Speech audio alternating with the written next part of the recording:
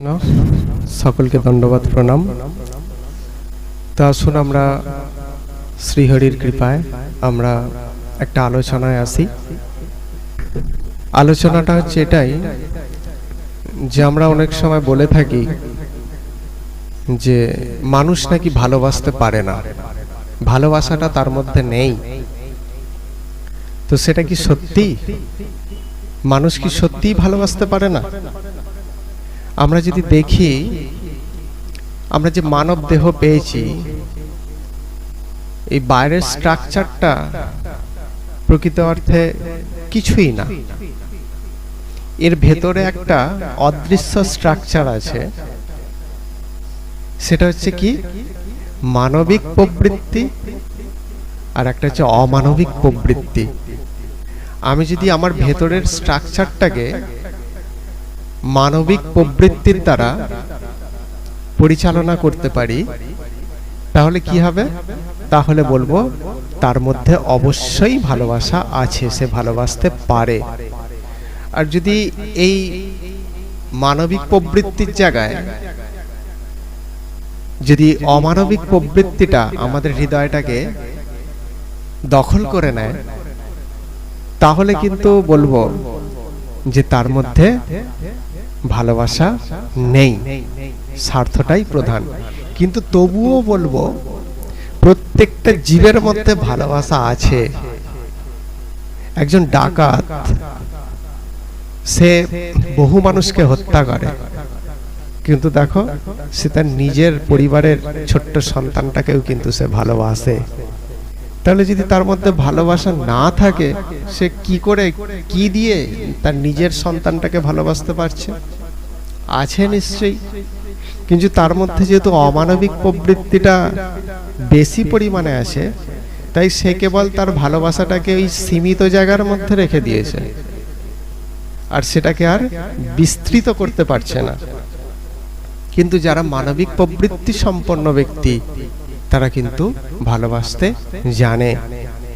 অর্থাৎ জীবের মধ্যে ভালোবাসা আছে, জীব ভালোবাসতে জানে। সেই জন্য তো আমাদের আচার্যরা কি বলে থাকেন? আচার্যরা বলে থাকেন যে ভগবান কেবল তোমার অন্তরের ভালোবাসাটুকুই চায়, বলে না আচার্যরা? আচ্ছা, আমাদের মধ্যে যদি ভালোবাসা না থাকে, তাহলে ভগবান চাইবেন কেন? আমি কি আপনার কাছে সেই জিনিসটা চাইতে যাব যে আপনার কাছে যেটা নেই? বা যদি চাইতে যাই, কি আমি পাবো? পাবো না। তাহলে যার কাছে যেটা আছে সেটাই চাইতে হয়। চাইলে কি হয়? আমি সেটা পাবো। তাহলে ভগবান আমাদের কাছ থেকে কি চান? আমাদের হৃদয়ের ভালোবাসাটা চান। তাহলে এর দ্বারা প্রমাণিত কি? আমরা জীবের মধ্যে ভালোবাসা আছে। হ্যাঁ, জীবের মধ্যে সেই ভালোবাসাটা আছে। তাই জীবের মধ্যে ভালোবাসা আছে বলেই ভগবান তার থেকে ভালোবাসাটা চান।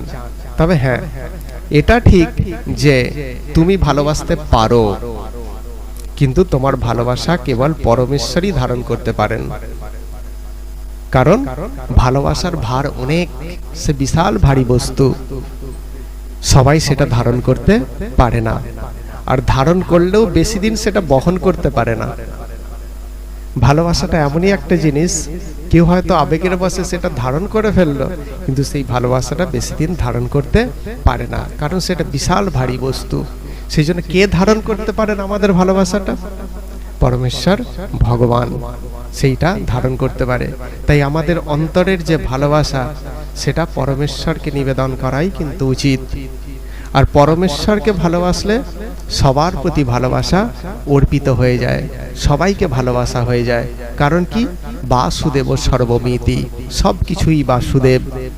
অর্থাৎ সবকিছুই আমার ভালোবাসার পাত্র, শ্রী বাসুদেবের প্রকাশ মাত্র। আমি যখন জানতে পারবো যে এই বাড়িটা আমার বাবার, তখন সেই বাড়িটার প্রতি কি হয়? একটা ভালোবাসা জন্মায়। আমি যখন জানতে পারবো এই জমিটা আমার বাবার, তখন কি হয়? সেই জমিটার প্রতি একটা ভালোবাসা সৃষ্টি হয়। ঠিক সেই রকম আমি যখন জানতে পারবো যে এই যা কিছু আমরা দেখছি সব সেই পরমেশ্বর ভগবানের, আমি যার আরাধনা করি, তাহলে সবার প্রতি কি হবে? আপনা থেকেই একটা ভালোবাসা জাগরিত হয়ে যাবে। সেটাই বলা হচ্ছে, সব কিছু তারই অংশ করা মাত্র আমি কাকে ঘৃণা করব? সব কিছুই তারই প্রকাশ, আমি কাকে ভালো না বেসে আমরা থাকতে পারবো? হ্যাঁ, আমাদের অন্তরের ভালোবাসা শ্রী বাসুদেবের মধ্য দিয়ে সর্বজীবে এইভাবেই বিস্তার লাভ করুক, এটাই আমাদের সেই প্রতিজ্ঞা করা উচিত, বা এটাই আমাদের পদক্ষেপ নেওয়া উচিত। আমরা যেন সেই বাসুদেবকে ভালোবাসার মধ্য দিয়ে সর্বজীবে ভালোবাসতে পারি। এটাই হচ্ছে আমাদের আলোচ্য বিষয়। হরে কৃষ্ণ, সকলকে দণ্ডবাদ প্রণাম।